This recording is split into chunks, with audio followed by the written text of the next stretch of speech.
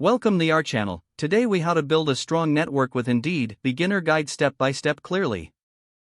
First, visit the Indeed website and create an account if you haven't already. Make sure to fill out your profile completely with accurate information. Add a professional photo to your profile to make a strong first impression.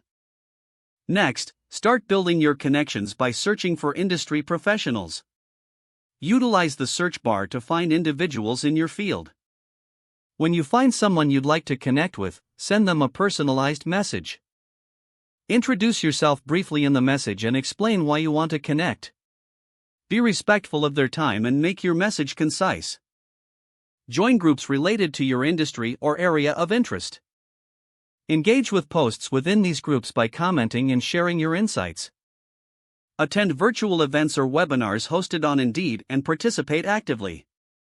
After chatting with someone new, follow up with a thank you message. This reinforces your connection and shows your appreciation for their time. Share relevant articles or resources with your network to provide value. Keep your profile updated with any new skills or experiences. Don't hesitate to reach out to old connections from your past. Re-establishing previous relationships can be beneficial.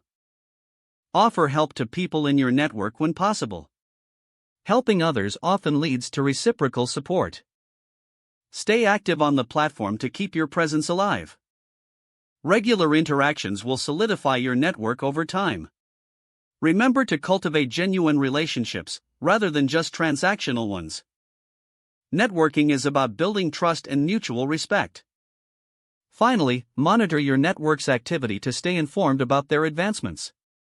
Engaging with their milestones can strengthen your ties even more. By following these steps, you can effectively build a strong network on Indeed. If the page does not load, refresh the browser or try again in a private or incognito window. Make sure you are using the correct email address, then retype it carefully to avoid small typos. Don't forget to like this video and subscribe to our channel for more step-by-step tech guides.